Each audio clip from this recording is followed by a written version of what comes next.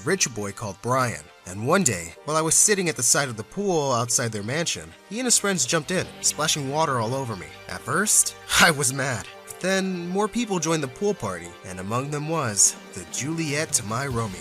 Her name was Victoria, and she was just so perfect. She turned to me and smiled before jumping into the pool, and I swear I felt my heart jump out of my chest. Suddenly, she screamed in pain, and the water around her started turning red.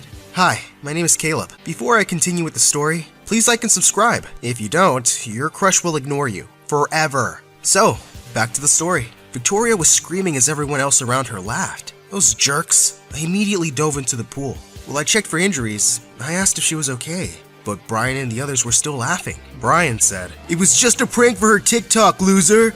Relax." I turned to Victoria and saw she was smiling with one eyebrow raised. She said, "That was attractive, but stay away from me, idiot." Feeling embarrassed, I walked away. Brian wanted to drive Victoria home, and during the ride, I stole a glance at her through the rearview mirror, only to see that she was also looking right at me and smiling. Suddenly, Brian moved closer and whispered, "Wake up, dummy. If I see you looking at her like that again, I swear." I tried to concentrate on the road instead. That night when I got home, I was shocked to see my little sister Candace sleeping on the top of the fridge. My mom told me she won't come down unless I give her ice cream, but we don't have the money for any. My heart broke. I checked my wallet and realized that I only had a few dollars left. I decided I'd find an evening job soon. Mom couldn't work after her accident, so it was all up to me now, and it drove me to work harder. One night, I drove Brian and Victoria to a party, and Brian told me to wait in the car. An hour had passed when I saw her coming out of the door with a guy, and I noticed she looked uncomfortable. Suddenly, the jerk started pulling her hand and trying to kiss her. I got out of the car and ran towards them. I pulled Victoria away and shouted, "Get off her, man!" The guy yelled back, "Who the hell do you think you are?" Victoria tried to calm me down. "Caleb, don't!" But I was furious. The dimwit then shoved me to the ground, making me scrape my elbow.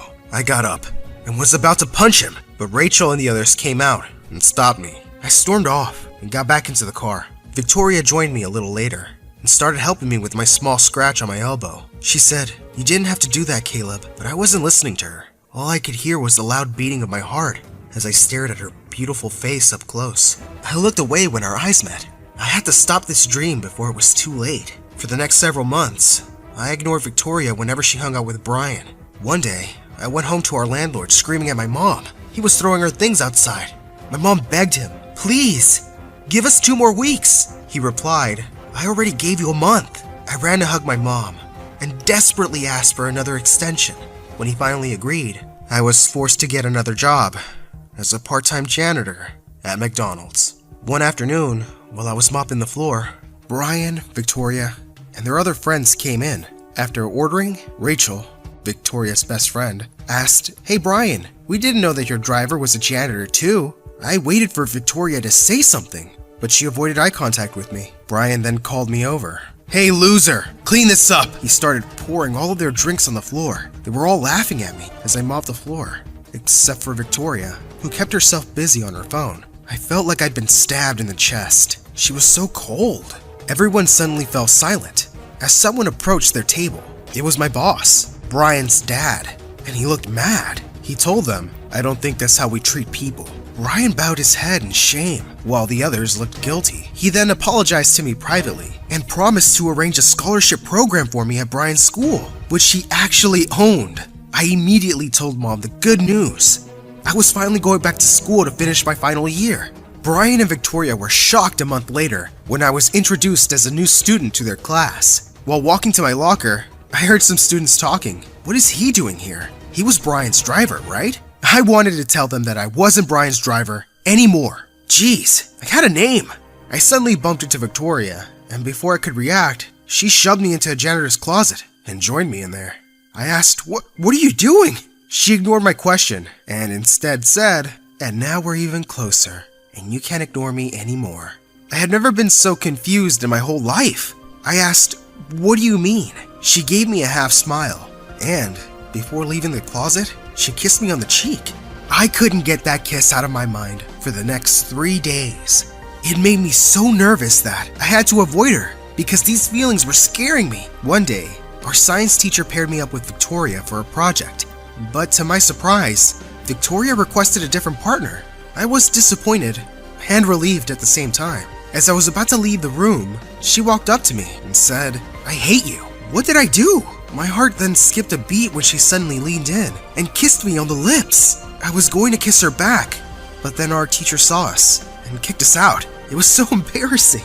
Victoria then held my hand and giggled as we ran out of school. A black limo stopped in front of us, and I gasped when she shoved me inside. I asked, "Am I being kidnapped?" She chuckled, "You're really cute.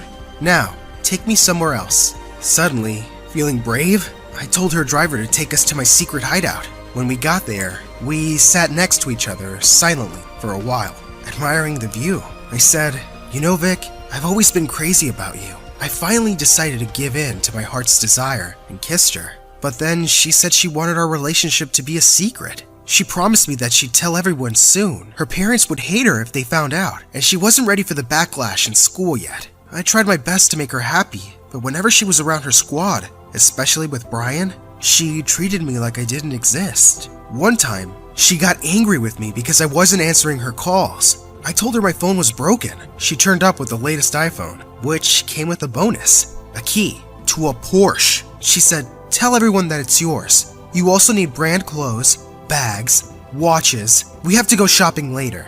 I told her that I didn't want all that stuff, but she insisted and said, "Do it for me." We headed to this high-end shopping mall after class, and on the way, she let go of my hand when we saw Rachel and her other friends. Rachel asked, "Hey girl, what are you doing here with Brian's driver?" Victoria then whispered something to her, which I heard. "I don't know, he kept following me and begging me to buy him clothes." Rachel whispered back, "Aw, he's a hopeless case, girl." She gave me a disgusted look, and they all walked away, taking Victoria with them. I was furious, but that instantly changed when she sent me a message saying, "Just stay right there. I'm going to the police to report you for stealing my heart." A few months later, I left McDonald's and got a new job as a waiter in a 5-star restaurant. During an afternoon shift, I was shocked to see who had just come in. It was Victoria and her parents. It was my first time seeing them, and they looked so sophisticated and intimidating. Suddenly, I felt insecure again. How the hell would they accept a guy like me for their princess? I took their order with shaking hands, and while serving them, I accidentally spilled a drink on her dad's shirt. "Oh, damn!" he shouted at me. "Look what you've done! Where's your manager?" Victoria defended me. "Dad, calm down. He's Caleb, and he's my friend." I was shocked at her dad's response. "Stick to friends from your circle, young lady." Victoria started to cry, while my face looked like someone had punched me in the stomach. The next day, when I woke up, I noticed that my mom was talking to someone. It was the most unexpected person, Victoria's mom. I listened to their conversation from the stairs, and my heart broke when I heard her final words. "This is a warning. Keep your son away from my daughter, or else." Mom tried to talk to me that night, but I just wanted to be alone. I didn't go to school for a few days and ignored Victoria's calls. She showed up to our house and forced me to come with her to her secret place, a hidden hot spring. She apologized about her dad. I was about to tell her what her mom did, but suddenly, someone appeared from the tall grass. "Victoria? Are you there?" It was Brian.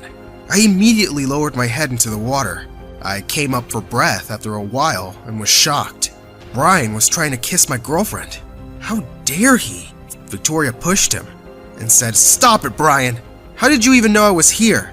He answered, "I've been tracking your phone." What? Instead of being mad, Victoria just said, "I'm tired. I want to go home now." She left me a text saying that she still needed to prepare for a girls' party tonight. The phone pinged again. It was another message that said, "Get home safe." Later that night, I took my phone out and checked Instagram. I saw Rachel's stories. I thought it was a girls' party, but why were Brian and the other boys there?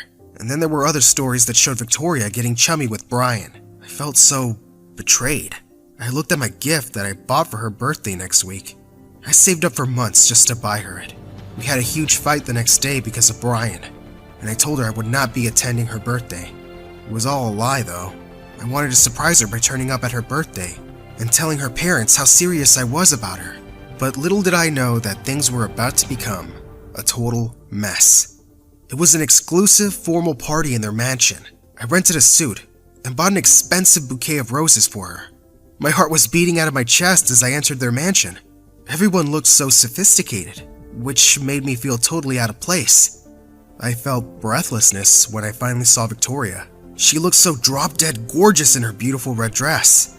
I waited in one corner when I noticed she was still busy talking to Brian and her parents' visitors. I met her mom's eyes across the room. She glared at me. She then whispered something to Victoria's dad, and moments later, her father walked up to the front. He got everyone's attention, only to announce something that made my world come crashing down. Brian and Victoria were getting engaged. What? I waited for Victoria to say something, but she just stood there with tears in her eyes, while looking at Brian. Heck, she didn't even know I was there. I silently left with a broken heart.